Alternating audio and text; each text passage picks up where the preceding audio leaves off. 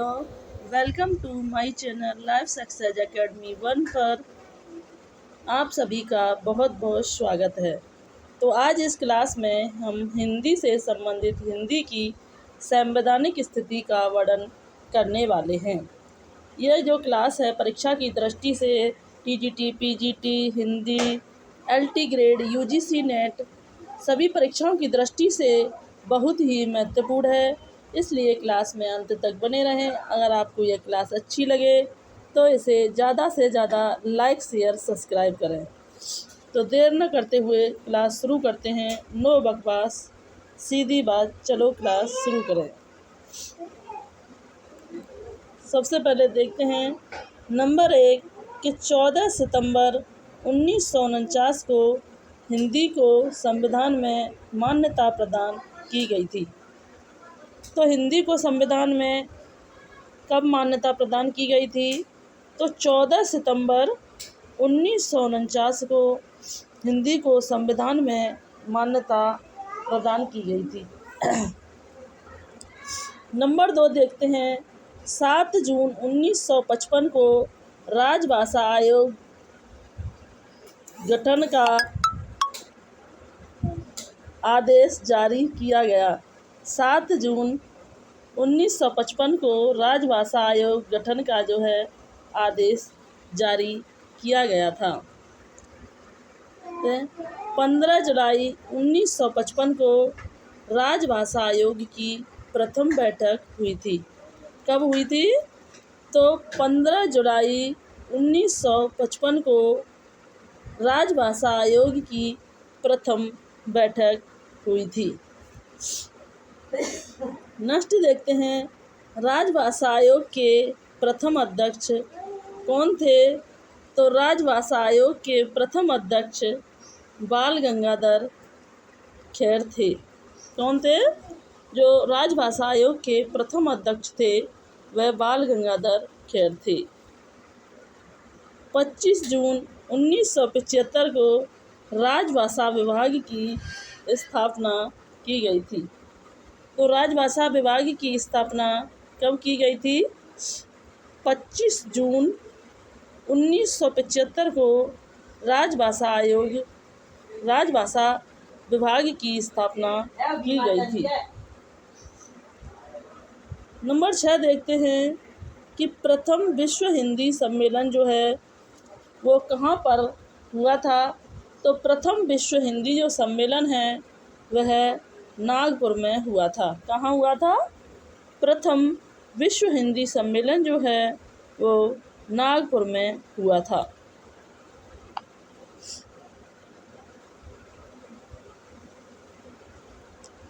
Number 7 देखते हैं प्रथम विश्व हिंदी सम्मेलन जो है यह 10 से 14 जनवरी 1975 में हुआ था।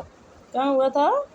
प्रथम विश्व हिंदी सम्मेलन जो है यह नागपुर में 10 से 14 जनवरी 1975 में हुआ था। इससे क्वेश्चन पूछा जाता है। नेक्स्ट देखते हैं कि हिंदी को संविधान में राजभाषा के रूप में मान्यता जो है कब मिली थी? तो हिंदी को संविधान में राजभाषा के रूप में मान्यता 14 सितंबर 1949 को मिली थी। क्वेश्चन नंबर 9 देखते हैं कि राजभाषा अधिनियम, यह अधिनियम 2 बार टाइप हो गया। राजभाषा अधिनियम 1963 को पारित किया गया था। तो राजभाषा अधिनियम कब पारित किया गया था? तो राजभाषा अधिनियम जो है यह 1963 को पारित किया गया था। नेक्स्ट क्वेश्चन देखते हैं कि राजभाषा हिंदी लिपि देवनागरी होगी। यह किस आर्टिकल के तहत कहा गया है कि राजभाषा हिंदी लिपि देवनागरी होगी? यह आर्टिकल 343 वन में कहा गया है। किस में कहा गया है? यह जो है आर्टिकल 343 वन में कहा गया है। नेक्स्ट देखते हैं, राजभाषा अधिनियम में संशोधन 1967 में हुआ था। तो राजभाषा अधिनियम में संशोधन कब किया गया था? तो राजभाषा अधिनियम में संशोधन 1967 में किया गया था। नेक्स्ट देखते हैं, महात्मा गांधी ने राष्ट्रभाषा प्रचार समिति की स्थापना की थी। किसने की थी? महात्मा गांधी जी ने राष्ट्रभाषा प्रचार समिति की स्थापना की थी।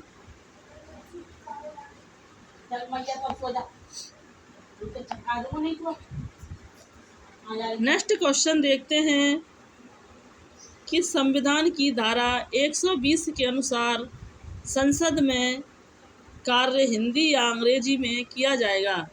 तो यह किस आर्टिकल के तहत कहा गया है? तो आर्टिकल 120 के अनुसार कहा गया है कि संसद में जो कार्य है वह हिंदी या अंग्रेजी में किया जाएगा। क्वेश्चन नंबर 14 देखते हैं कि संविधान के अनुच्छेद 343 के अनुसार संघ की राजभाषा हिंदी और लिपि देवनागरी है। कौन सी है? संविधान के अनुच्छेद 343 के अनुसार संघ की राजभाषा हिंदी और लिपि देवनागरी है। नेक्स्ट क्वेश्चन देखते हैं कि संविधान के प्रारंभ से 15 वर्ष की अवधि तक अंग्रेजी का प्रयोग जो है वो यथावत रहेगा। तो ये क्या कहा गया है? यह कहा गया था संविधान में कि संविधान के प्रारंभ होने से 15 वर्ष की अवधि तक जो है अंग्रेजी का जो प्रयोग है वो यथावत या जैसे कि ही होता रहेगा। नेक्स्ट देखते हैं, संविधान के अनुच्छेद 344 में राजभाषा से संबंधित आयोग और संसदीय समिति का उल्लेख है। क्या है? संविधान के अनुच्छेद 344 में राजभाषा से संबंधित आयोग और संसदीय समिति का उल्लेख है। नेक्स्ट क्वेश्चन देखते हैं कि राजभाषा आयोग की सिफारिश की जांच के लिए संविधान के अनुच्छेद 344 का यह कर नहीं है, यहाँ 344 का के अनुसार एक समिति गठित की गई जिसमें लोकसभा के 20 सदस्य थे और राज्यसभा के 10 सदस्य थे। क्या थे? जिसमें लोकसभा के 20 सदस्य थे और राज्यसभा के 10 सदस्य थे। तो कुल मिलाकर उसमें जो थे वो 30 सदस्य थे।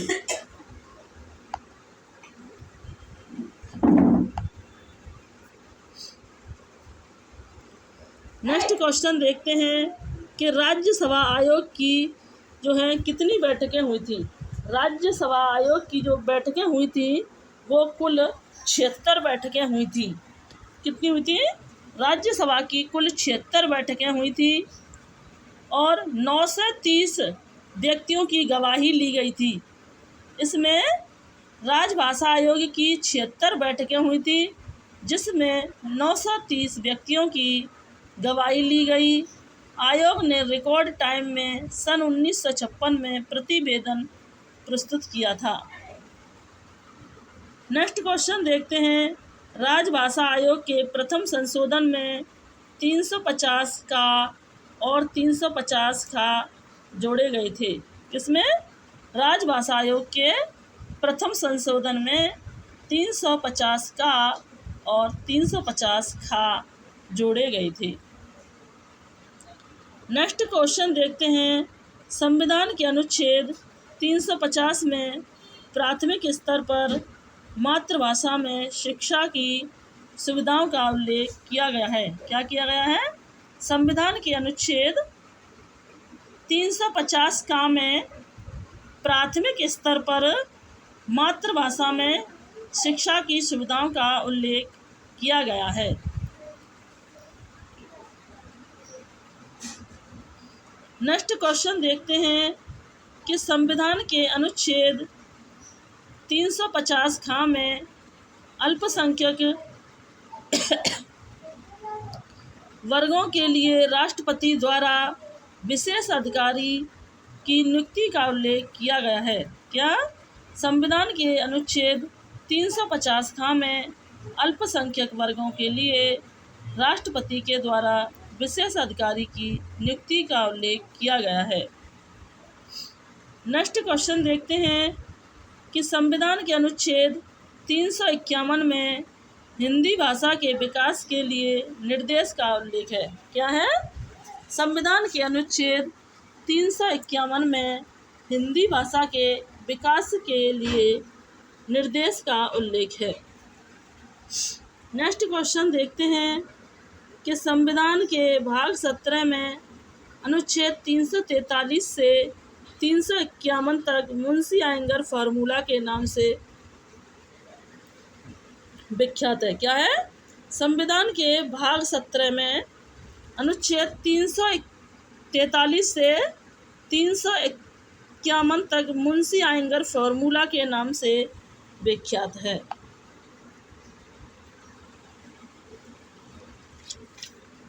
नेक्स्ट क्वेश्चन देखते हैं कि संविधान की 8वीं अनुसूची में हिंदी सहित 14 भारतीय भाषाएं थीं। क्या थी? संविधान की 8वीं अनुसूची में हिंदी सहित जो थी वो 14 भारतीय भाषा थी, जिसमें बाद में संशोधन करके संविधान के 21वें संशोधन 1967 में सिंधी को 15वीं भाषा के रूप में 8वीं अनुसूची में शामिल किया गया था। कब किया गया था? 21वें संशोधन 1967 में सिंधी को 15वीं भाषा के रूप में शामिल किया गया था। नेक्स्ट देखते हैं कि संविधान के 71वें संशोधन अधिनियम 1992 द्वारा 8वीं अनुसूची में नेपाली, मणिपुरी, कोंकणी को संविधान में सम्मिलित किया गया।